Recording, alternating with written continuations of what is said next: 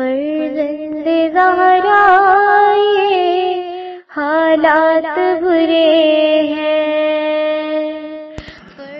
کاشانۂ بصیرت ایک ایسا مکمل یوٹیوب چینل جس پر محروم بصارت کے لیے بالخصوص اور تمام افراد کے لیے بالعموم سینکڑوں کی تعداد میں اسلامی کتب دستیاب ہیں۔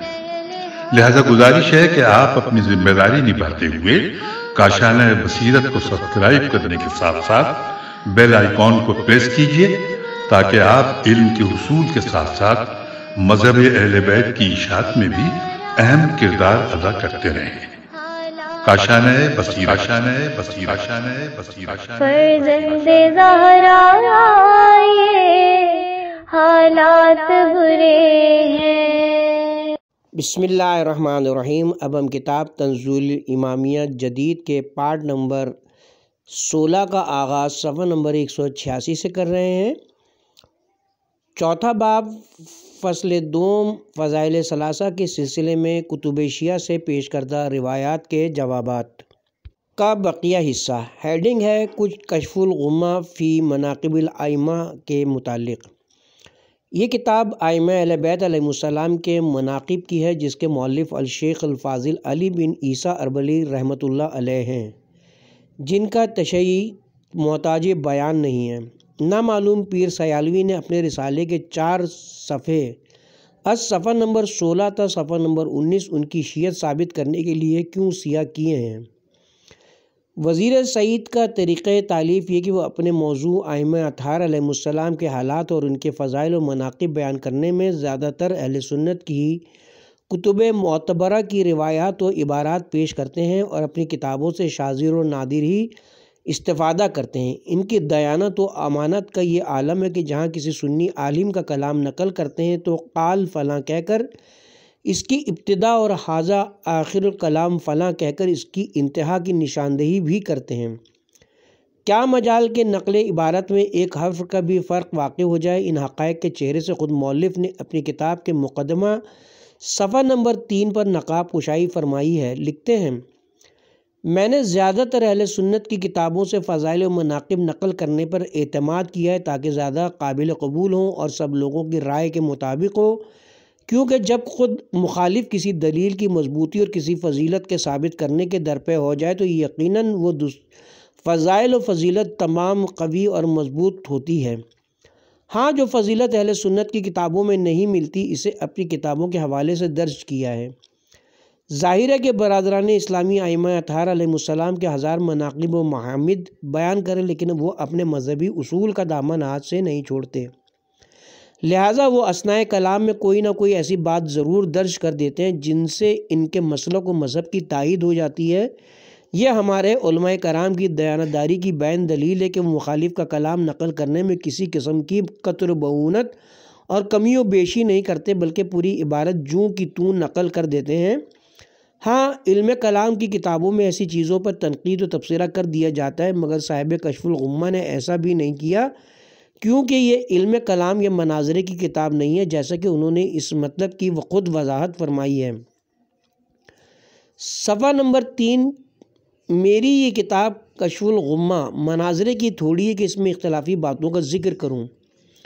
اس کتاب کے حوالہ جات میں پیر سیالوی نے یہ چابک دستی دکھائی کہ اس کتاب میں اہل سنت سے بحوالہ بعض روایات مندرج ہیں۔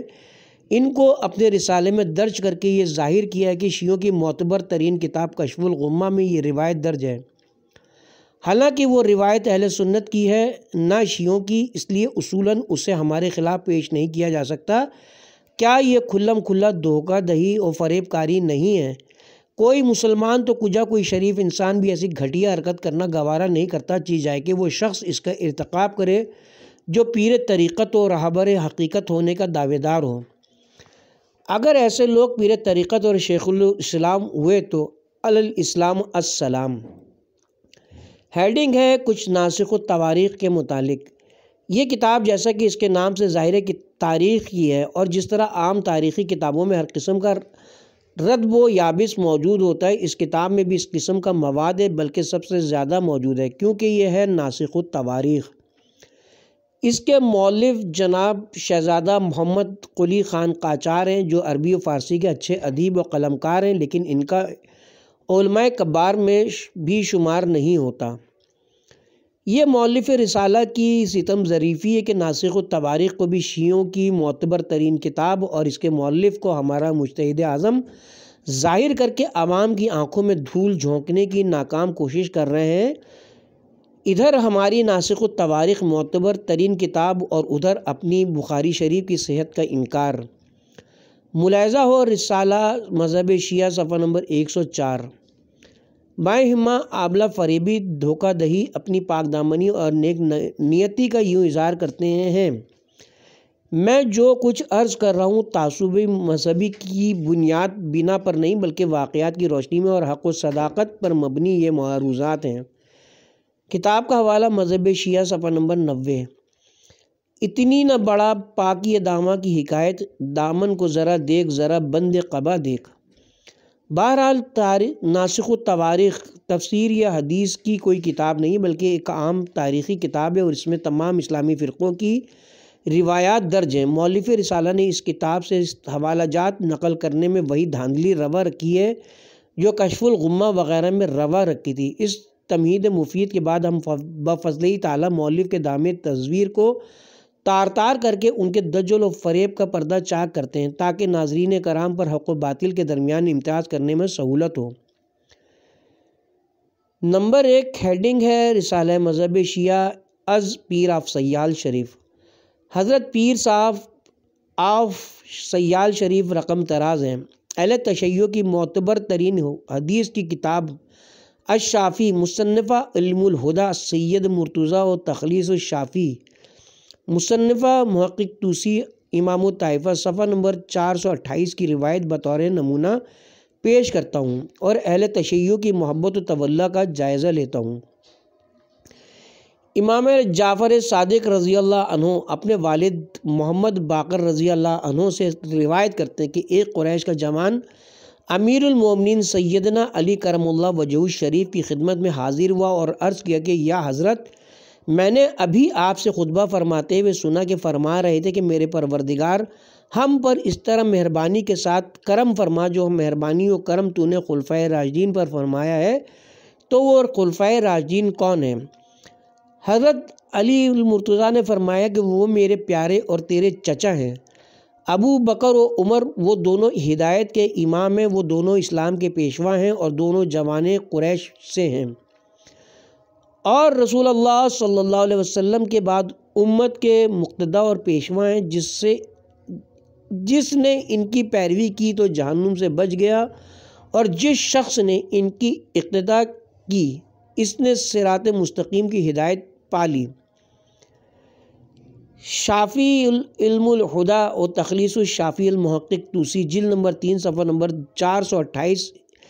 علم الصدق و صفات سیدنا امیر المومنین علی مرتضیٰ رضی اللہ عنہ کے صریح و واضح و غیر مبہم ارشاد کی شان دیکھی اور روایت بھی تمام تر ائمہ صادقین طاہرین معصومین سے ہے۔ انتظار میں ہوں کہ محبت و تولیٰ کے دم بھرنے والے اس فرمان پر کہاں تک ایمان لانے کے لیے تیار ہیں۔ کتاب کا حوالہ رسالہ مذہب شیعہ صفحہ نمبر 29۔ صفحہ نمبر 190 چوتھا باب فصل سیوم نمبر 2 تنزیل امامیہ ہیڈنگ ہے یہ۔ ان روایات کے جوابات جو مؤلف نے کتاب شافعی سے پیش کی ہیں۔ الجواب بِأَنَّ اللہ الوہاب۔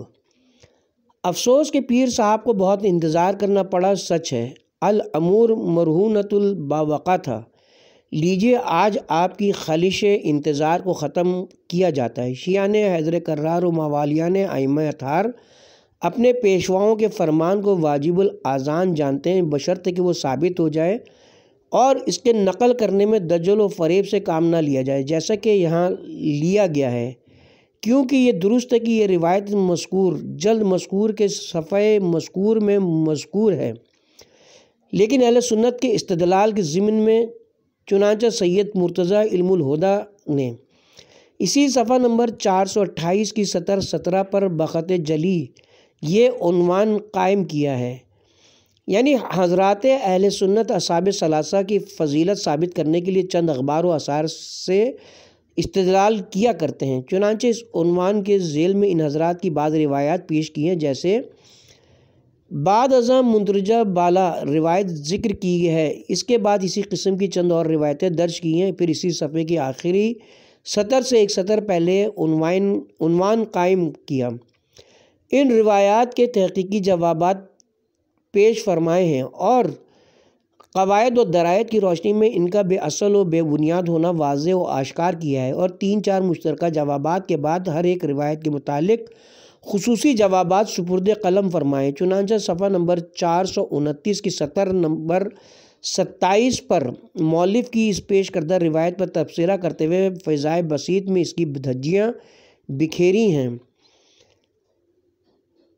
فرماتے ہیں وہ روایت جسے اہل سنت جناب امام جعفر صادق علیہ السلام سے نقل کرتے ہیں کہ انہوں نے اپنے آبائے کرام کے سلسلے سے روایت کی کہ جناب امیر المومنین علیہ السلام نے وہ ارشاد فرمایا جسے سائل نے نقل کیا ہے، تو یہ بات عجائبات روزگار میں سے کہ یہ بات وہ جناب امیر المومنین علیہ السلام بیان فرمائے جو ہمیشہ اس کے خلاف ارشاد فرماتے رہے ہیں، بھلا وہ ان لوگوں کی مدح سرائی فرمائیں جن کے ظلم و ستم اور اپنی مظلومی کا ہمیشہ کھلم کھلا شکوہ و شکایت فرماتے رہے ہیں۔ چنانچہ سقہ راویوں کا بیان ہے کہ جناب نے بارگاہ عزتی میں ان لوگوں کا شکوہ و شکایت کرتے ہوئے کہا، یا اللہ میں تیری بارگاہ میں قریش کی زیادتی کی شکایت کرتا ہوں کیونکہ انہوں نے مجھ پر بہت ظلم و ستم کیا ہے۔ نیز فرمایا جب سے جناب رسول خدا کا انتقال ہوا ہے میں برابر مظلوم رہا ہوں۔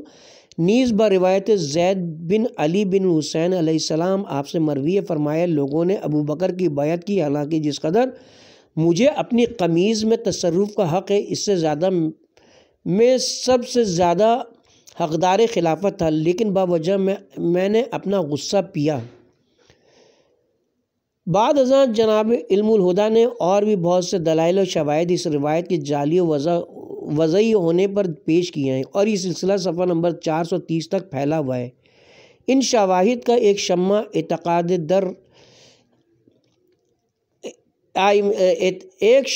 اعتقاد ائمہ در حق ثلاثہ کے زیر عنوان ذکر کیا جا چکا ہے۔ بہرحال اس بیان سے ناظرین کرام پر یہ بات روز روشن کی طرح واضح و عیاں ہو گئی کہ یہ روایت بطریق اہل سنت مروی ہے اور وہ بھی بنا بر قواعد درایت۔ موضوع اور مجہول ہے جسے جناب سید نے بڑے شد و مت کے ساتھ باطل ثابت کیا ہے۔ بائیں ہمہ کس قدر دیدہ دلیری اور دھوکہ دہی ہے کہ اس روایت کو پیش کر کے یہ ظاہر کیا جائے کہ شیعوں کی معتبر ترین اور ان کے مجتہد اعظم کی روایت ہے اور پھر بنا الفساد الفساد رکھتے ہوئے اس کے ذریعے شیعان علی کی محبت کا امتحان لیا جائے۔ البتہ منتظر ہے کہ پیر صاحب کا پردہ چاک ہو جانے کے بعد آیا وہ اس فعل قبیح سے توبہ کرتے ہیں یا نہ، اور اگر وہ تائب نہیں ہوتے تو ان کی مریدان باصفہ ان کی مریدی سے کنارہ کش ہوتے ہیں یا نہ۔ نمبر 3 اس پر مولانا اشرف سیالوی کی تنقید۔ جواب اول علامہ ڈھکو صاحب نے حضرت شیخ الاسلام کے پیش کردہ دلائل جن کا تعلق نہج البلاغہ یا شرح ابن میسم وغیرہ سے تھا، ان کے جوابات تو سرے سے دیے ہی نہیں ہیں اور اپنی ساری توانائیاں زیادہ تر ان تینوں کتابوں کے حوالہ جات کے جوابات پر صرف کی ہیں، ناسخ التوارق، کشف الغمہ اور شافی و تخلیص الشافی، جن کا لب لباب یہ کہ یہ اہل سنت کی روایات ہیں اور ان میں دھوکہ دیا گیا ہے، جعلسازی کی گئی ہے، تاکہ حالانکہ کشف الغمہ کے مؤلف نے واضح کر دیا کہ میں وہی روایت ذکر کروں گا جو فریقین کے نزدیک مسلم ہوں گی، اور صاحب ناسخ التواریخ نے بھی تصریح کی ہے کہ میں فریقین کی متفق علیہ روایات ذکر کروں گا، لیکن ڈھکو صاحب نے لا علمی یا دھوکہ دینے کے لیے وہاں بھی بار بار یہی رٹ لگائی ہے کہ روایات سنی کتب سے لی گئی ہیں، لیکن یہ نہ سوچا کہ آخر ان روایات کے ذکر کرنے کا مقصد کیا تھا اور خود مصنفین نے بھی اس کی کوئی وجہ بیان کی ہے یا نہ۔ لیکن شیعہ صاحبان اس سے یہ ثابت کرنا چاہتے کہ آپ نے الفاظ مدح شیخین تو صرف کیے مگر آپ ان کے معنی اور مفاہیم کے قائل نہ تھے۔ آپ نے بطور مکر و قید اور ضیاء کہ ان کو استعمال کیا، کیونکہ معاویہ نے شام میں ایسے لوگوں کو پھیلا رکھا تھا جو حضرت علی علیہ السلام کی طرف سے لوگوں کو یہ خبر دیتے تھے کہ یہ معتقدین خلفاء سے برات کا اظہار کرتے ہیں۔ اہل سنت اور اہل تشیع میں فرق صرف یہ رہ گیا کہ اہل سنت کے نزدیک جو کچھ آپ زبان سے فرماتے تھے وہی آپ کا نظریہ بھی تھا، لیکن شیعہ صاحبان کا عقیدہ یہ کہ آپ صرف رعایا اور لشکریوں کو بیوقوف بنانے اور معاویہ کے افشائے راز سے گھبرا کر محض زبانی اس طرح کے خطبے دیا کرتے تھے۔ کیا اس صورت میں ائمہ کرام کی مذمت یا مدح ثنا کا کوئی اعتبار ہو سکتا ہے؟ اور کیا ہادیان ملت اور مقتدیان انام کا یہی حال ہوا کرتا ہے؟ مدح شیخین بزبان معدن ولایت۔ سیالوی نے یہاں کسی یحییٰ بن حمزہ کی کتاب الطواق الحمایہ فی مباحث الامامہ سے بروایت سوید بن غفلہ حضرت امیر علیہ السلام سے ایک روایت نقل کی جس سے شیخین کی مدح ظاہر ہوتی ہے۔ اس روایت سے جو زیدی شیعہ کے حوالے سے منقول ہے، ان حضرات کی عظمت شان کو اور ان کے حق میں حضرت علی علیہ السلام کے عقیدے کو مہر نیم روز کی طرح واضح کر دیا، اور شافعی اور تخلیص شافعی سے نقل کردہ روایات کی تائید حضرت علی علیہ السلام کی اس ارشاد سے بھی ہوتی ہے، اور معاویہ کے اس نظریے کی اسلام میں سب سے افضل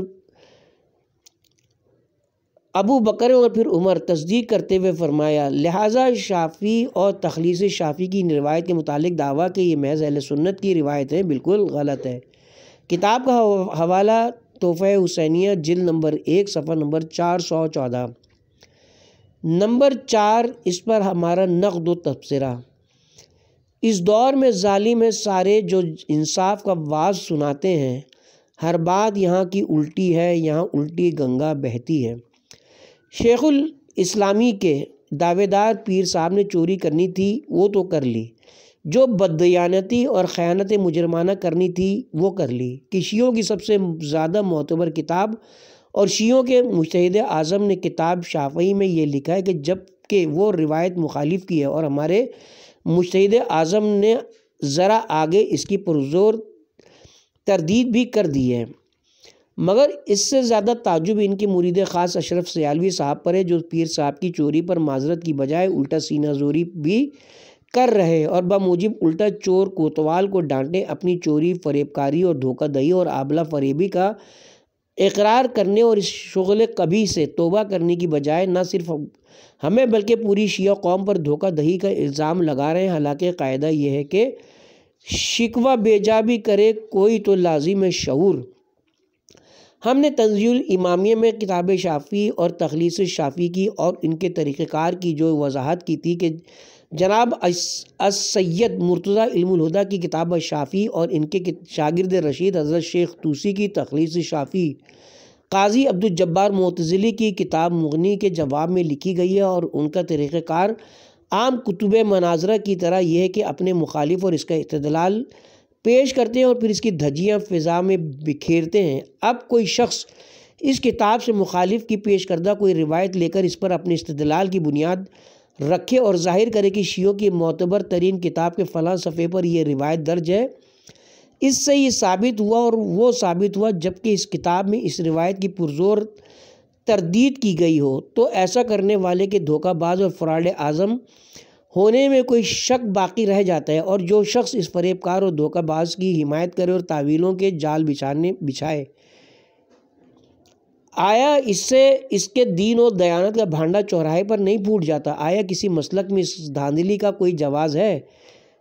کیا پیر آف سیال شریف ساری دنیا کو جاہل یا اندھا جانتے ہیں؟ انہوں نے کبھی نہیں سوچا کہ جب کوئی محقق اہل علم ان کی اس چوری بلکہ سینہ زوری کا راز فاش کرے گا تو ان کا کیا حشر ہوگا؟ سیالوی صاحب کی پرانی عادت ہے کہ وہ ایک معمولی بات کا بتنگڑ بنا دیتے ہیں اور پھر اسے اتنا طول دیتے ہیں کہ قاری ان بھول بھلائیوں میں پڑھ کر اصل مدعا و مقصد کو ہی بھول جاتا ہے۔ بہرحال اگر تنزیل امامیہ میں نہج البلاغہ کے کسی خطبے کے ساتھ کسی غلط استدلال کا جواب رہ گیا تھا تو اب تو اس جوابی کتاب میں وہ قرضہ بھی چکا دیا گیا ہے، اور اب پیر صاحب کی چوری پر سیالوی صاحب نے جو سینہ زوری دکھائی ہے اس کا بھی پردہ چاک کر دیا گیا ہے، اور ہم سطور بالا میں پوری تفصیل جمیل کے ساتھ حضرت امیر اور دوسرے ائمہ اہل بیت علیہ السلام کا اصحاب ثلاثہ کے بارے میں حقیقی عقیدہ و نظریہ بڑی تفصیل کے ساتھ واضح کر آئے ہیں، لہٰذا اس کے خلاف اگر کسی بھی معصوم کی طرف کوئی روایت منسوب نظر آئے گی تو وہ بالیقین جعلی اور وضعی تصور کی جائے گی یا حالات کے مطابق توریہ پر محمول سمجھی جائے گی۔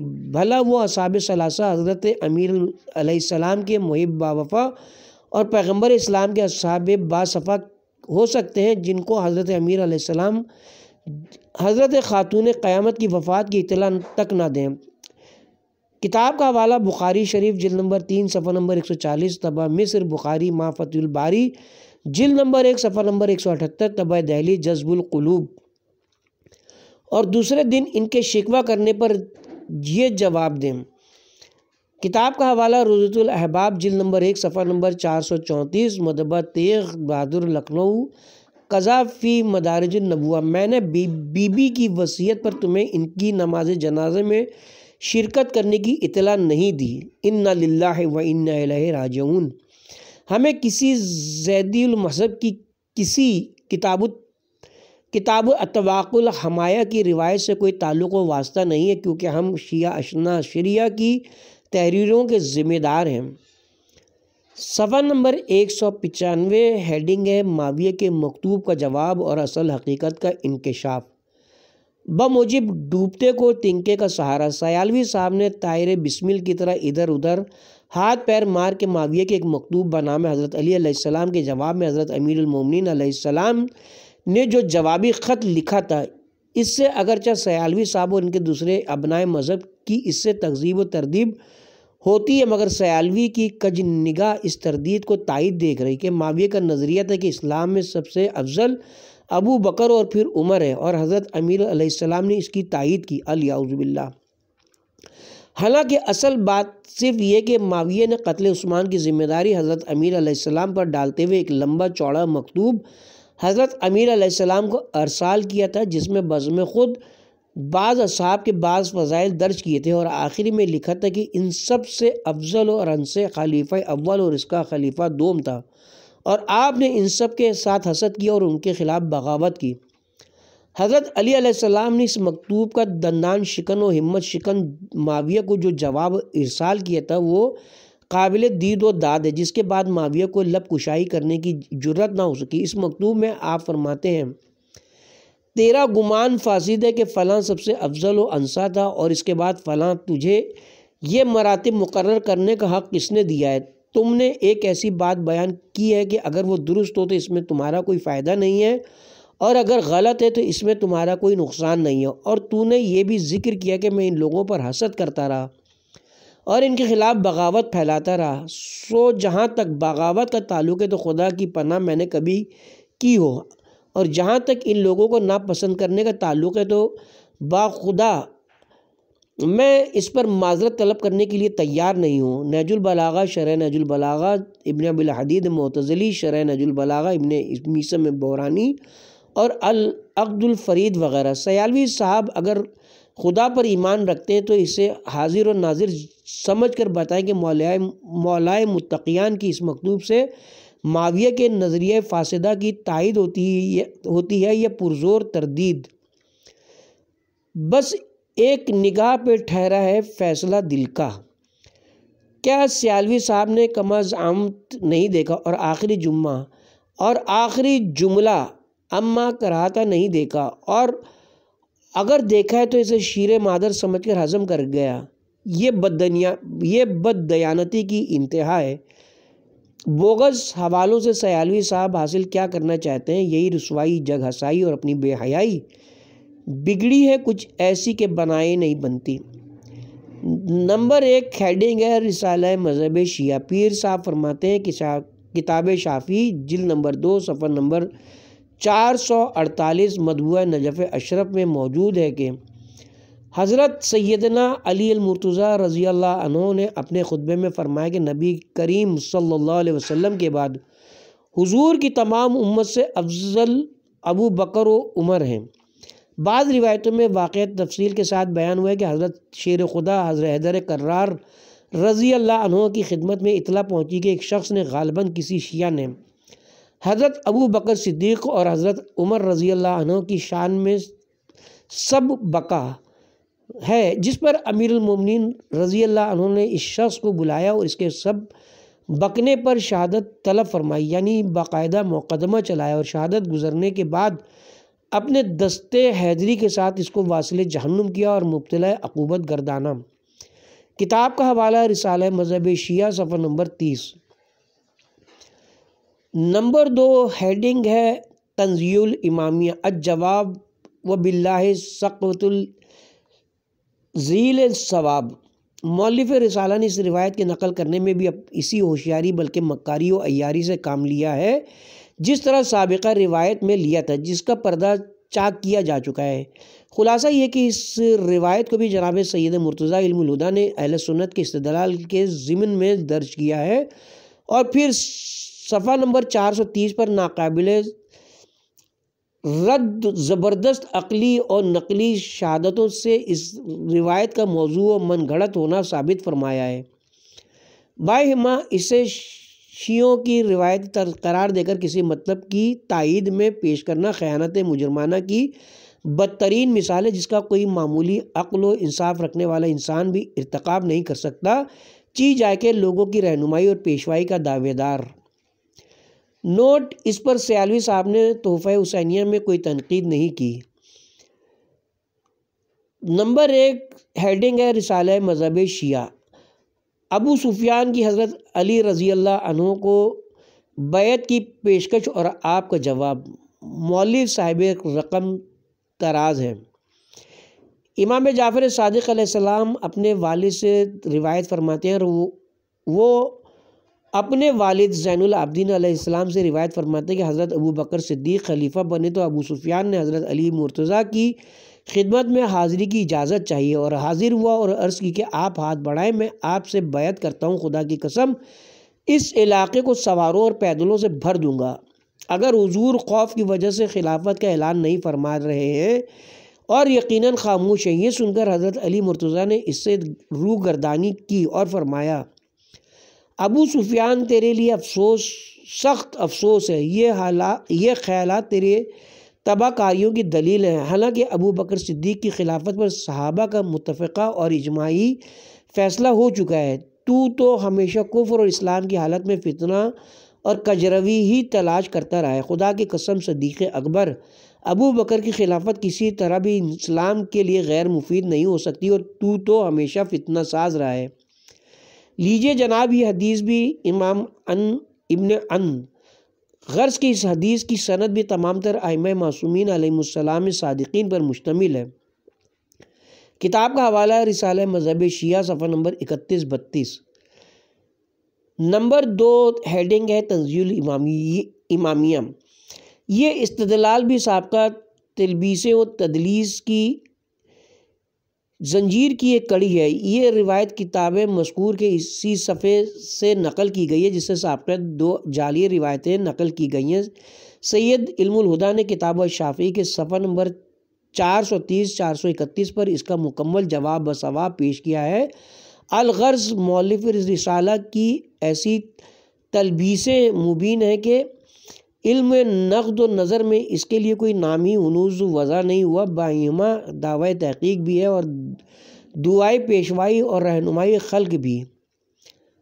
اب آبروئے شیوہ اہل ہنر گئی۔ اس تدلیس کو چھپانے کا صرف ایک طریقہ ہے کہ پیر صاحب سوائے اپنے نسخے کے اس کتاب کے تمام نسخے دریا برد یا نظر آتش کرا دیں، مگر ایسا کرنا ان کے بس کا روگ نہیں۔ لہٰذا جب تک دنیا میں اس کتاب کے ہزاروں نسخے موجود ہیں، صاحبان تحقیق بھی موجود ہیں، اس وقت تک یہ مکاری اور فریب و فسوق کاریگری نہیں ہو سکتی۔